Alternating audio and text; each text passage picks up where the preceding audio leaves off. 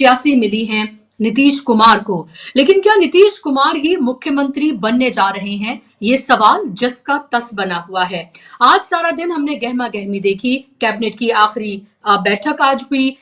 विधानसभा को भंग करने के लिए पत्र और प्रस्ताव जो है पारित किया गया और पत्र राज्यपाल को सौंपा गया। नीतीश कुमार अपने पूरे तामझाम के साथ मुलाकात करने के लिए आरिफ मोहम्मद खान के पास पहुंचे, राज्यपाल जो है बिहार के।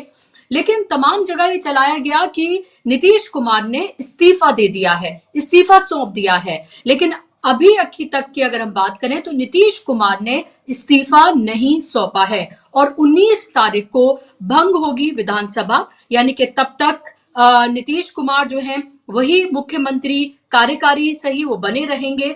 और आज दरअसल बैठक होनी थी भारतीय जनता पार्टी की विधायक दल की, वो बैठक भी टाल दी गई। अब ये बताया जा रहा है कि कल एनडीए की विधायक दल की बैठक होगी और उसमें ये चुना जाएगा कि कौन है विधायक दल का नेता, यानी कि कौन होगा अगला मुख्यमंत्री बिहार का।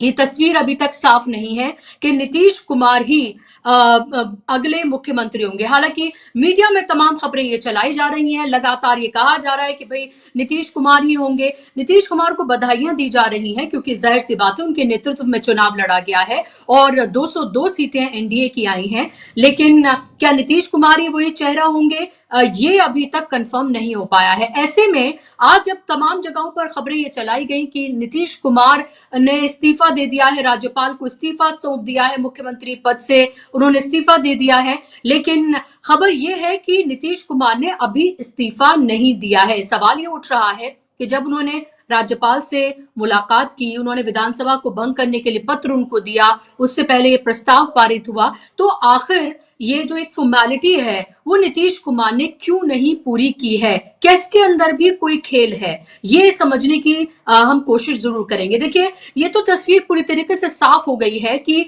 एसआईआर बिहार में जो कराया गया उसके बाद चुनावी नतीजे क्या होने जा रहे हैं, ये तस्वीर साफ हो गई। यानी कि जहां जहां एसआईआर होगा वहां किस तरह के चुनावी नतीजे हम एक्सपेक्ट कर सकते हैं वो आपके सामने है और बिहार उसका पहला जीता जागता एग्जाम्पल है। हर रोज नए तरह के तथ्य सामने आ रहे हैं, हर रोज ये खबरें सामने आ रही हैं कि कैसे अलग अलग सीटों पर जहां बीजेपी या एनडीए के कैंडिडेट जो है वो जीते हैं, वहां कितने वोट्स काटे गए और कितने ऐड किए गए और इतने ही मार्जिन से वो कैंडिडेट जीता है। तो ये साफ हो गया है कि एसआईआर दरअसल क्यों कराया गया था, किस मकसद से कराया गया था। और अब ये कल जहां 12 राज्यों यूनियन टेरिटरी में जहां पर एसआईआर होने जा रहा है, वहां ये बताया जा रहा है कि कांग्रेस के जो आला पदाधिकारी हैं उनकी कांग्रेस के दफ्तर में कल अहम मीटिंग होने जा रही है।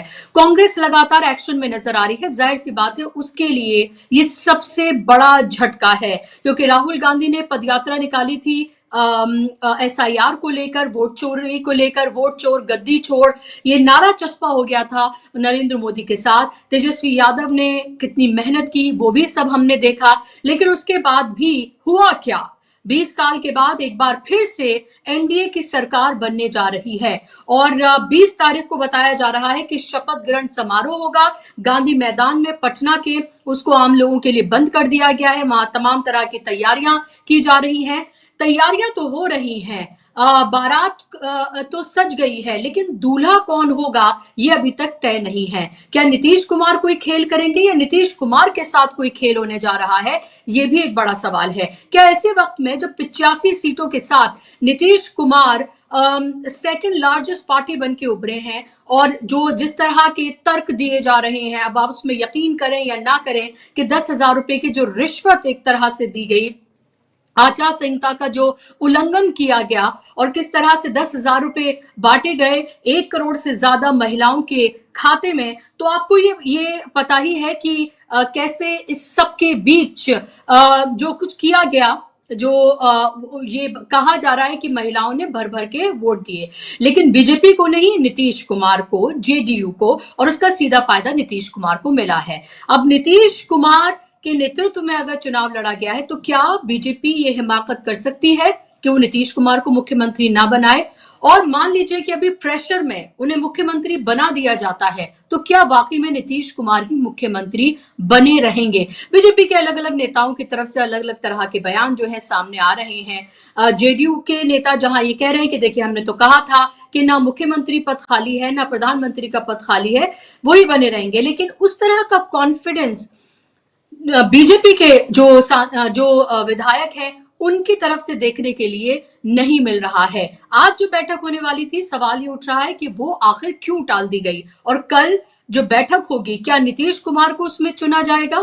क्योंकि बीजेपी के पास अगर हम देखें तो अभी कोई बड़ा चेहरा नहीं है। आपको ये याद होना चाहिए कि ये कहा गया था अमित शाह की तरफ से कि सम्राट चौधरी को भारी मतों से जिता दें, मोदी जी इसको बड़ा आदमी बना देंगे। बड़ा आदमी यानी कि उप मुख्यमंत्री से मुख्यमंत्री। तो क्या अभी कुछ और खेल होगा और कुछ महीने के बाद कुछ और खेल किया जाएगा?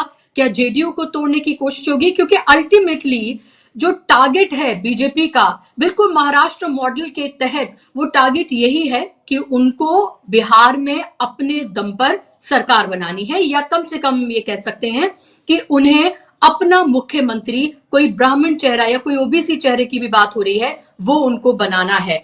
तो कल का दिन बेहद महत्वपूर्ण है। आज भी हमने पूरा चहल पहल सब कुछ देखी, बड़े बड़े ब्रेकिंग जो है वो चलाई गई कि नीतीश कुमार ने इस्तीफा दे दिया, लेकिन नीतीश कुमार ने आखिर जो एक फॉर्मेलिटी भर है वो इस्तीफा क्यों नहीं दिया है? आखिर क्या सोच रहे हैं नीतीश कुमार? नीतीश कुमार राजनीति के माहिर खिलाड़ी हैं। वो अपनी आखिरी पारी भी इतनी मजबूती से खेल गए। हालांकि इसके पीछे की आपको पता है कहानी भी अलग है कि किसकी कितनी सीटें आई हैं। अगर हम इसको फ्री एंड फेयर अगर अभी से ही हम कहने लगे तो हम सीधे तौर पर जो चुनावी धांधली है, जो एसआईआर हुआ है, उसको जायज ठहरा रहे हैं। आज इसी पर हम चर्चा करेंगे, इसी पर बात करेंगे। मेरे साथ खास मेहमान जुड़ गए स्क्रीन पर, आप मेहमानों को ले आइए। मेरे साथ फिलहाल रविंद्र शिरोन जी हैं, सीनियर जर्नलिस्ट हैं। रविंद्र जी, बहुत स्वागत आपका कार्यक्रम में। और अब से कुछ ही देर में मेरे साथ पॉलिटिकल एनालिस्ट फराह शकीब भी जुड़ेंगे बिहार से। सवाल मेरा ये है आपसे रविंद्र जी कि आज राज्यपाल से मुलाकात की आरिफ मोहम्मद खान से नीतीश कुमार ने, पूरी मीडिया में तमाम खबरें चली, लेकिन नीतीश कुमार ने इस्तीफा नहीं दिया है। नीतीश कुमार ने पत्र दिया है कि विधानसभा को भंग किया जाए 19 तारीख को। कल विधायक दल की बैठक होनी है एनडीए की, आज वो जो बैठक होने जा रही थी बीजेपी की वो नहीं हुई है। तो आखिर ये क्यों किया है नीतीश कुमार ने? क्या हमें बिटवीन द लाइंस कुछ पढ़ना चाहिए? जी नमस्कार बुशरा जी। देखिए, ये सामान्य प्रक्रिया क्या है कि जब विधायकी का या संसद का, लोकसभा का नतीजे जब आते हैं तो कैबिनेट बैठता है और कैबिनेट रेकमेंड करता है कि विधानसभा को भंग कर दिया जाए। वो रेकमेंडेशन हो गई, और उस जब विधानसभा भंग हो गई है तो उसके बाद आज की तारीख में टेक्निकल अगर हम लोग बात करें, जब विधानसभा भंग हो गई तो नीतीश कुमार मुख्यमंत्री नहीं है। नीतीश कुमार क्योंकि जब विधायक ही नहीं है तो फिर मुख्यमंत्री कैसे होंगे? तो विधायक, लेकिन 19 तारीख तक है रविंद्र जी, 19 तारीख को होगी। मतलब जो पत्र सौंपा गया है इसमें तारीख 19 दी गई है। ये भी अजीब बात देखी हमने। जब नतीजे आ गए हैं, जब चुनाव के नतीजे आ गए हैं, नई विधानसभा के सदस्यों को चुन लिया गया है, तो समय 19 तारीख तक का क्यों दिया गया? आज तो 17 तारीख है ना, 18 और 19। क्योंकि देखिए, जो लोग विधायक चुन लिए गए हैं उनकी सैलरी तो शुरू हो गई। उनको जैसे ही पत्र मिलता है उनकी सैलरी उसी दिन से शुरू हो गई। तो अभी जो 2 दिन एक्स्ट्रा पुराने वाले विधायक हैं उनको 2 दिन एक्स्ट्रा सैलरी दी जाएगी क्या? समझ रहे हैं ना मेरी बात? कि जो नए विधायक चुने गए हैं, एक विधानसभा में तो 243 विधायक ही रहेंगे ना। पुरानी असेंबली जो है, उस असेंबली को 2 दिन आगे बढ़ाने का तकनीकी कारण मैं नहीं समझ पा रहा हूं क्या है। लेकिन अगर 19 तारीख का उन्होंने दिया है पत्र, तो ये एक नए किस्म का संवैधानिक टेक्निकल इशू है जो हम लोगों को समझने की जरूरत है। मैं भी इसको समझने की कोशिश कर रहा हूं कि 2 दिन बाद का, आमतौर पर ऐसा होता नहीं है, क्योंकि जब कैबिनेट बैठ गया है तो कैबिनेट यही कहता है कि हम लोग पुरानी असेंबली को डिसॉल्व करते हैं, क्योंकि नए विधायकों की सूची राष्ट्रपति को सौंपी जा चुकी है। जो नए एमएलएज हैं उनकी सूची चुनाव आयोग ने दे दी है राज्यपाल को कि ये नए विधायक बन गए हैं, और उसके बाद 2 दिन का और